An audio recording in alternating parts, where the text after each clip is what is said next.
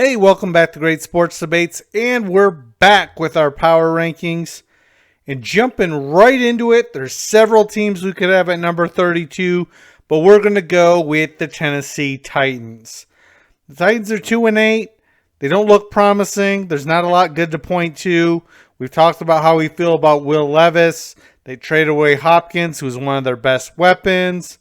And there's not really anything you can hang your hat on to be excited about when it comes to the Titans. Next on the list, and probably as easily as forgettable, is the Cleveland Browns. They're 2-8. I think the part with Winston starting is we all know he can get hot and have some big games. So I do think they are a little bit better with him at quarterback, despite the fact that he's going to shoot you out of some games as well. And the defense hasn't played to the level we expected. But, they had a lot of injuries this year, and with the stagnant offense most of the year, that really makes it hard to beat anybody. At 30 is the Raiders. I've bashed their first-round pick a lot. Most of it, like I said, having to do with they had much bigger needs at quarterback and offensive line, and they didn't have the luxury of selecting a tight end. But the guy looks like he's going to be really good, and just imagine when they do get some of those pieces around them. So I'm not hating on that pick so much anymore. The problem is, if the tight end is the bright spot on your team's probably not that good. And again, I do like the coaching with the Raiders too. They just don't have the pieces, in my opinion. All right, at 29, and maybe they shouldn't be in this bottom tier because I do think they're better than these other three teams. But it's the New York Giants, who are sitting there with the same record at 2-8. Again, nothing super exciting or things you'd really get excited about on the Giants. But I do think Daniel Jones is better than the options we've spoke of before. Of course, we like Neighbors. I think that was a good pick for the G-Men. And they got some good players on their defensive line. But overall, not really a great team, hence the bottom tier. All right, moving up slightly. Some people probably disagree, but at 28, I got the Jacksonville Jaguars. I know they're 2-9, and Trevor Lawrence was out, but I do think they just have more pieces than the other teams we've mentioned so far. The defense hasn't been great. They got destroyed by the Lions as expected today, but I think when they have all their pieces healthy, they are a slightly better team than where they are now. At 27 is the Carolina Panthers, currently sitting at 3-7. I don't trust this team a lot with Bryce Young at quarterback, but they found a way to run the ball at least, and that's more than we can say about some of these other teams in the rankings here. At 26 is the New England Patriots. Maybe this is too high, but they are 3-8. I do like Drake May, and I think on that alone is enough to give me some excitement about their future. They have the ball to run the ball decently, and I think they play smart as a team. So for those reasons, we have the Patriots at 26. At 25 is the Dallas Cowboys. They're 3-6. They've underperformed, but they've also had a ton of injuries this year. So even at full strength, I think they were going to be worse than a lot of people think, but better than they're currently playing. As you know, we currently have the bet on them going under 9.5 wins, which is looking more and more like a lock every day. At 24 is the Jets, and again, probably too high, but when you just consider how many bad teams there are in the league right now, I got them here at 3-8. They do have Aaron Rodgers, who hasn't been great. They have a couple of good wide receivers at this point now, so the offense should be better. And of course, the defense hasn't performed exactly the way we expected. Maybe if the offense can do more with the ball, they could be a decent team. At 23 is the Saints. The Saints have Kamara, and they're going to go as far as their offensive line play lets them. David Carr is not a great quarterback. If you give him all day, he can be all right, but that's kind of a tough expectation. And the Saints defense has been all right, so I feel like this is a team that can play better than they have so far. At 22 is the Bengals, and their defense just isn't good. Their offense isn't as great as it's been in seasons past, although, Chase has been electric. I'm still waiting for him to score a touchdown on the Sunday night game that's currently going on, so hopefully he can make that happen. But, Despite Trey Hendricks having a lot of sacks, they let Reeder go, which made him soft in the middle, and they just don't have enough pieces on that side. And just look at how many points they give up. At 21, moving in, or as part of the fourth tier, was the Colts. They're 5-6. I'm not super high on them. Richardson's too inconsistent throwing the ball. Of course, he's a heck of an athlete and can run the ball, and they got a strong offensive line. So just kind of an in-between team, or the bottom of the in-between teams, I might say. At 20 is Chicago, and I think Caleb's getting a bad rap. He single-handedly put them in position to beat Green Bay, literally ducking under defensive linemen and making 3 big key plays while under attack all game. I think it's unfair to judge this guy until he gets some offensive line help. And you don't want to wait too long, because that can ruin a guy's career, as we've seen happen several times before. At 19 is the Dolphins. Many might say this is too high, but again, I just feel like they play a lot better than Tua, and their scoring has shown that. So they've won a couple in a row, and I think they might be able to move up from here. But, you start to run into some better teams at this point. At 18 is one of those teams. It's the Tampa Bay Bucks. I feel like this team has the talent to be better than 4-6, but it is what they are right now. And part of that is they've had, both wide receivers out and a few injuries. But with the division they're in, anything can happen. At 17 is Seattle. And they're a tough team to figure out. They got DK who can go off. You got Geno that sometimes looks great and sometimes looks Geno.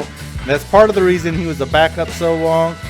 They look like they can run the ball on some days, and other days they can't. I don't have a good pulse on Seattle. They're 5-5 like just about everyone else in that division, so this is where I have them. At 16 is the Rams. I was surprised how bad they played on offense the week before, but they got back on the winning track. They're 5-5, and I stand by that. I think their offense can be pretty good with Stafford and Kupp and all the other guys. But I said the main part is give Stafford time, and more times than not, he's pretty damn good. At 15 is Atlanta. I haven't seen much of their last 2 games, but they've lost just in not a good way, so that's kind of confusing. I might have to go back and try to see if there's some way I can replay or rewatch those, or at least see a highlight bundle to kind of see where they went wrong, but they're just kind of faltering and not playing as well as I thought that they might. At 14 is the Chargers. At some point we have to give them credit. It looks like they're going to beat Cincinnati in this game. They're already 6-3, so that put them at 7-3. And that's a pretty good record to be down at 14. It just, every time I watch them, their offense just seems like such a struggle. Although, Herbert's showing that dual threat ability, at least in this game. At number 13, and probably ranked too high, is the San Francisco 49ers. But, the way they've played over the last few years, I'm giving them the benefit of the doubt. They got a lot of guys I like still, like Bosa. Christian McCaffrey's just getting back into the fold, so hopefully he's fresh going down the stretch. They got Debo, and, Purdy's been good enough to get it done over the last couple of years. So, Trent Williams is a year older, and maybe the offensive line play isn't as good as expected. But this still could be a playoff team, and their division's still wide open. At 12 is the Denver Broncos. Again, I feel like this is too high, but I just have to kind of play it on how they've been progressing. Bo Nix has had good games, I think a lot of times set up by the run, but he was absolutely lethal today. And at some point you just got to give the guy credit, because they are winning games no matter how they're doing it. At 11, again, I'm sure most people are going to disagree with this, is Arizona. But I've been saying the whole time I liked Arizona's offense from week 1. And that hasn't changed. So maybe if they can pick up more on the defensive end, they'll continue to roll. But, while they're only 6-4, you got to remember that's 4 wins they've had in a row now. All right, getting into the top 10, these are all teams that, I think should be playoff teams, could get a playoff win with the right matchup. And Houston is a team I like. I know they're only 6-5. They've had some injuries to some key players at wide receiver, and lost a couple of close games to the top teams. But I think if they can play like they did last week against Detroit, that's going to be good enough to beat most teams. they should win tomorrow at Dallas. So at 9's Green Bay, they're 7-3. They really got lucky to beat the Bears. I didn't see a whole lot of that game, but I know the Bears were winning most of the game. I did get to see the end where, kind of Caleb got them in position to win that game, and you had the field goal block. But those things happen, and I know they've lost some close games too. So Green Bay is good in a lot of ways. They can run the ball. They have a strong offensive line. Like I told some of the fanboys, don't put Jordan Love in the Hall of Fame yet, but he's still pretty good. And they got a young athletic wide receiver group. They're able to get pressure. They got a lot of key players. And then, of course, the free agent safety acquisition tops the list. And we talked about it in the offseason, but it was even better than I projected or probably anybody else how well he's fit in there. At 8th, Washington, I'm still on the Commanders. I did hope that they beat Philly since I thought Washington had a chance to win that division. And we did make some bets, with getting some plus money there because of their reputation. But, Philly showed that they still have some room to grow and some things that they need to build on. Scary Terry was completely shut out of that game, so that was kind of disappointing. I know, again, another guy we talked about in the offseason, Quinion Marshall, we love him.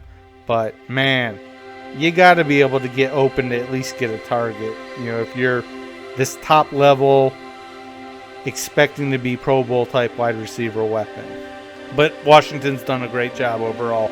At 7's Baltimore, they lost a tough game to Pittsburgh, which again is tough because I did expect Baltimore to win that division, and they kind of put themselves in a little bit of a hole now with a loss to Pittsburgh, who already has a better record than them. Again, I'm never going to count on a team that has Lamar Jackson. Derrick Henry's a great running back.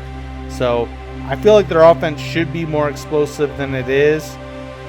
Maybe some of those offensive line changes that didn't seem to make such a difference earlier in the season are a little bit of a difference. And of course, we didn't expect the Ravens defense to be this bad. At 6 is Minnesota. The top teams, I still have them in the second tier because I just don't trust them. I know they're 8-2, but Sam Darnold just doesn't look great to me. They have Justin Jefferson, and when Jones is healthy, that makes for a tough offensive mix, and they can get a lot of pressure on the defense, which is going to always make them tough. I don't know how they're going to handle the top teams. At 5 is Philadelphia. They finally got onto what we were saying in the early season. Just hand the ball off to Barkley, and it's working just as we said it would. And then that opens things up for Hurts. Play action pass. He can scramble. He can run. And then even when nothing's working, you can always just throw it up to A.J. Brown. And Smith has shown why he was drafted high as well. So a lot of weapons on that offense. Hurts just kind of has to not mess it up. He's done that. And I think if the defense can generate a little more of a pass rush, this could be a team to worry about come playoff time. At 4 is the Kansas City Chiefs. They're 9-1. I know it's their first loss, but they just haven't been super impressive, in my opinion, all year long. We know they have all the key players. We talk about all the Chris Joneses, Patrick Mahomes, and all those guys all the time. And they've been the Super Bowl favorites this whole time, although I think Detroit just slid ahead of them. I don't really see that for the Chiefs, but I would never count that team out. At 3 is the Pittsburgh Steelers. And this is a team that's just waited for an offense to be decent for a long time and wasted a lot of good players. Still got Cam up front. They still got TJ Watt, who is probably the most underrated player in the league. Even though people know he's one of the best defenders, he just impacts games so much. He's such a good player. And then Russell Wilson is just proven, hey, you got a good quarterback. He's making Pickens looking better, which is opening things up for the other guys in the run game. And I like that they're still using Fields for some gadget and run plays. So the Steelers have a lot of ways to win. And they're going to be a tough out, and they play hard every week. At 2 is Buffalo. Someone's got to be 2. And Buffalo's 9-2, and they've won a lot. And they have one of the best offenses in the league. I don't know how much I trust their defensive side, but they got some young safeties that have been playing better. You just have to go off of what they've done. And Josh Allen is a gamer. and this team can beat anybody on any given Sunday. And finally, at number 1's Detroit. I almost put them in a tier by themselves because that's how they look so far. They scored 7 touchdowns on their first 7 possessions. That hasn't been done since the 2007 New England Patriots. So I'm not saying they're quite that team, but their offense is electric. They got 2 great running backs. They got one of the best offensive lines in the league. Jared Goff is one of the best quarterbacks if he has a clean pocket. We know he doesn't handle pressure too well, but that's not usually a problem for them. Amon-Ra is underrated still. I mean, he catches everything. I think he has 2 targets that he didn't catch all year. So that's what he does. We know Jamo's electric. So playmakers all over the offense. And then on the defense, I mean, that's all they really need is to just not get destroyed. And Branch is probably the best safety in the league already. That was a steal getting him and trading back up into the second round to get him. And we already knew Kirby Joseph's a ball hawk. He gets a lot of interceptions. So, between that, man, this team's going to have a hard time losing. So I really like the Lions a lot. We told you a few weeks ago when they were 7-1 to win the Super Bowl, it's worth putting a little bit of money on. It might be time to put a lot of money on them winning the NFC. Obviously, all the odds for them to win the division, get in the playoffs are crazy now. That was something we talked about in the offseason. Of course, they're going to hit their win total. They're going to win the division. So everything's still in play for the Lions. And this could be their year for a team that's never even been to the Super Bowl before. But that's our power rankings. Let me know what you think in the comment section. What we missed, what we got right, what we got wrong. And as always, thanks for watching.